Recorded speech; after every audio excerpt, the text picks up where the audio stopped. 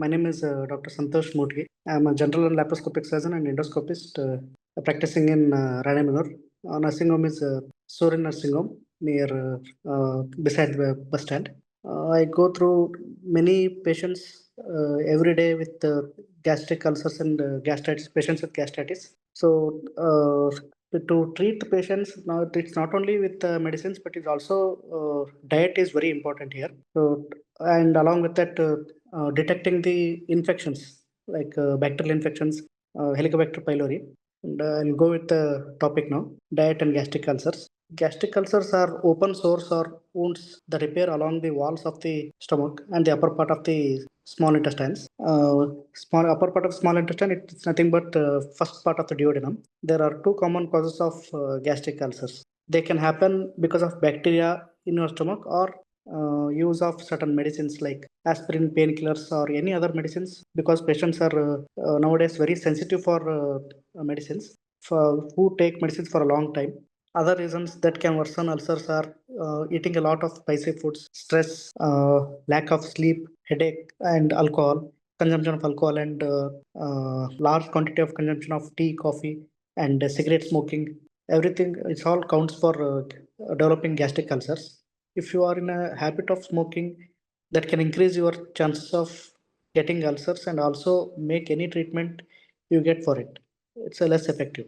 Some signs of stomach ulcers include stomach pain, indigestion, heartburn, and the feeling or a sensation that you might vomit. Retrosternal burning sensation is a major symptom in patients with who smoke a lot. Loss of appetite or sudden weight loss are also some of the signs of stomach ulcers. Some patients will develop pain or burning sensation soon after consumption of food in patients with gastric ulcers. When it comes to the food that one should eat or a fiber-rich diet is beneficial for reducing the risk of ulcers because acid stimulation occurs when the stomach mucosa gets irritated and secretes more amount of acid to neutralize or to fight back the strong food substances or spicy foods like that, which damages the gastric mucosa. This includes items like the fiber diet, which includes items like oat, leafy vegetables, and whole grains like barley, fruits and vegetables like apples, carrots, oranges, and pomegranate is also a very good acid neutralizer. Will also help if you are looking to increase your fiber intake, especially consumption of fruits like pomegranate and apple, guava in empty stomach. It will help in reducing or neutralizing the acid. Vitamin A is a nutrient which helps protects against the occurrence of stomach ulcers. You can get vitamin A from carrots, broccoli, sweet potatoes, and spinach. Curd and yogurt and other similar foods that require fermentation can be good for your stomach and digestive health. Berries like cranberries, blueberries, and red grapes contain certain substances that provide very good protection against the bacteria that cause stomach ulcers. Green and black tea also contain these substances. The first and most important item to avoid if you have a stomach ulcer is alcohol. Alcohol, along with smoking, it doubles the risk of developing gastric ulcers. Alcohol can damage the walls of your stomach and can increase the chances of getting bleeding ulcers too. Ulcers, once it develops in the stomach or duodenum, that is the beginning of the small intestine, it can go for any complications. Like once the mucosa breaks, it can cause bleeding, blood vomiting, and melena, which is when the patient comes with black colored, tar colored stools. That is called melena because the stool becomes black because the hemoglobin in the blood it reacts with the acid and converts to hematin, acid hematin that looks like black colored. So patients present with black colored stools if there is a bleeding ulcers, and patients will be having anemia if there is lot of blood loss from gastric ulcers, and patients will develop giddiness, inability to have food or loss of appetite, and easy fatigability. Patients who cannot work or walk for certain distance or uphill movement, and patients may also have fainting, syncope like symptoms, and patient may fall because of lack of hemoglobin. Coffee and soda and other carbonated drinks can also increase the formation of acid in your stomach, leading to a lot of irritation. Some patients might also need to avoid food items like tomato and citrus fruits like lemon and orange, because it's also citric acid. Citric acid increases the risk of development of increased acid production. You should check if you feel any irritation in your stomach after having these foods and then decide accordingly. And this is about regarding the diet. Second one is uh, regarding the infections, bacterial infections like Helicobacter pylori. Every persons or every individuals will be having bacterial Helicobacter pylori bacterial population in the stomach, mucosa of the stomach, but it will be very minimal. It doesn't cause any symptoms in normal individual. But some of the patients will develop the patients who has increased population of Helicobacter pylori, they develop symptoms of gastritis, and this may cause gastric ulcers when it crosses the limit, and that may also cause gastric ulcers. Bleeding is one of the complication for gastric ulcers, and the second complication is it may cause perforation of the stomach wall. Once the perforation of the stomach wall occurs because of the deepening of gastric ulcers, all the contents in the in the stomach, whatever the patient eats, that leaks into the peritoneal cavity. That is, it leaks outside the stomach in the inside the abdomen. Later, he develops a dreaded condition called peritonitis. Once the peritonitis sets in, within 6 hours or 4 hours, the patient should be operated to close the perforation. If the perforation is not closed, or if the patient is not intervened surgically, then patient will go for hypertension shock, septic shock, and the patient will end up in ICU and death. So much serious condition is gastric ulcer, which may cause dreaded complications. Or ulcers, if it is not treated for a long time, it may not perforate or it may not bleed, but it can cause fibrosis. That is, the shape of the stomach will get altered. It will get damaged. It will get fibrosed and cicatrized, and it will cause narrowing of the lumen of the stomach, and it can cause a shape like hourglass appearance. The hourglass is in ancient time they used to look for time with the mud and with the sand. Like that shape, the stomach will attain the shape. If they do not cause any issues, we can continue having them, or they also have a lot of health benefits. Citrus fruits are rich in vitamin C that are very protective against the bacteria, which causes stomach ulcers. Try to avoid having fried and spicy food items, as these can worsen the irritation and other symptoms you feel in your stomach. Chilies and other spicy items and contain a substance that directly acts on the ulcer and cause irritation. So to conclude, if you are suffering from stomach ulcers, try to include more fiber, vegetables, and fruits in your diet.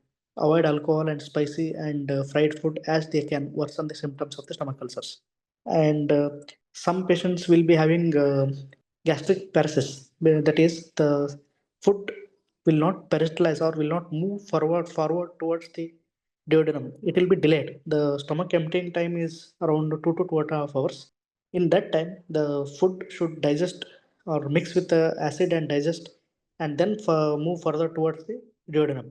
In some patients, it will be delayed. Because of that, the acid content which is there in the stomach, if it is hypersecretory, then the acid will damage the mucosa, and then it will cause gastric ulcers. And other symptoms like bloating sensation. And once the patient have meals, patient will develop features of bloating sensation. That is, the patient will feel like the stomach is has increased in size, and discomfort in breathing, and reflux of consumed foods. Whatever they consume, it will come directly into the esophagus, and sometimes uh, hypersecreted acid will cause uh, esophagitis, that is burning sensation in the retrosternal region, that is a chest, and it may cause Barrett's esophagus, that is it is a complication of gastroesophageal reflux disease. These are all the complications or sequelae of gastric ulcers.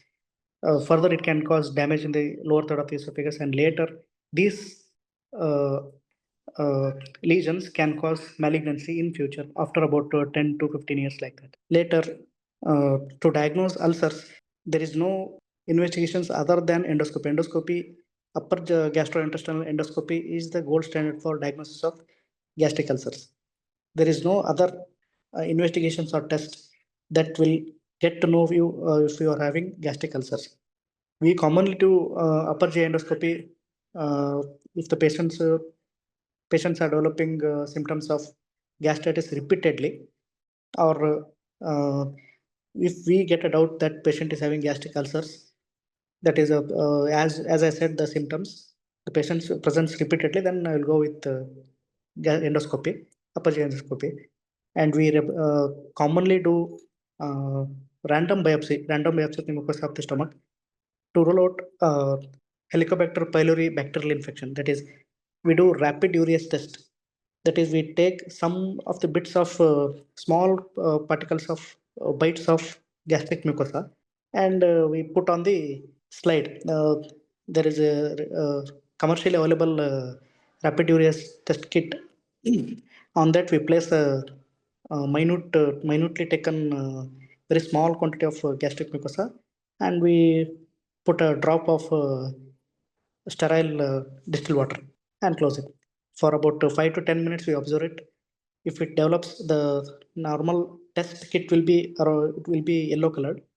If the patient is having a Helicobacter pylori infection, it will turn to pink or red. So it is a rough idea or a test. Immediately it will give. It is a rapid test. Immediately gives the results. So at that time, if the patient gets a positive results, then we'll go ahead with the Helicobacter pylori medicines for 14 days or 21 days. That is around 14 days. We'll give for 2 times daily of some antibiotics like amoxicillin, clarithromycin with esomeprazole. And some of the patients with gastric ulcer, there will be recurrent gastric ulcers, or in another condition rather than gastric ulcers, erosive gastritis. It is also a type of ulcers, but it is a superficial small ulcers. That erosive gastritis, if we don't treat properly, then it will develop into a large gastric ulcer.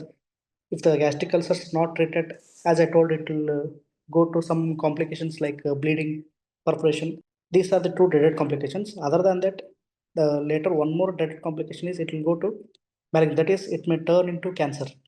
So if we do endoscopy, we'll take a biopsy of edge of the ulcer, because the central ulcer we don't touch it, because one reason is because it will be necrosed. The tissue we won't get for the tissue will not be suitable for examination.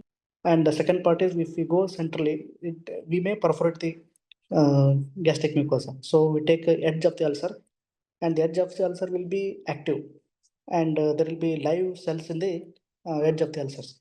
So at that edge, if you take the edge of the ulcer, the histopathologist will have a suitable or good material for examination under microscope. If it is negative, we treat it as benign gastric ulcers. If it is malignant cells are seen in that, then we'll go ahead with the surgery based on operability. That is, we go with the CT scan and other blood tests and go with surgery. If the patient is not fit for surgery, then we'll go with chemotherapy. We'll decide regarding the, we decide based on the patient. This much information I can say.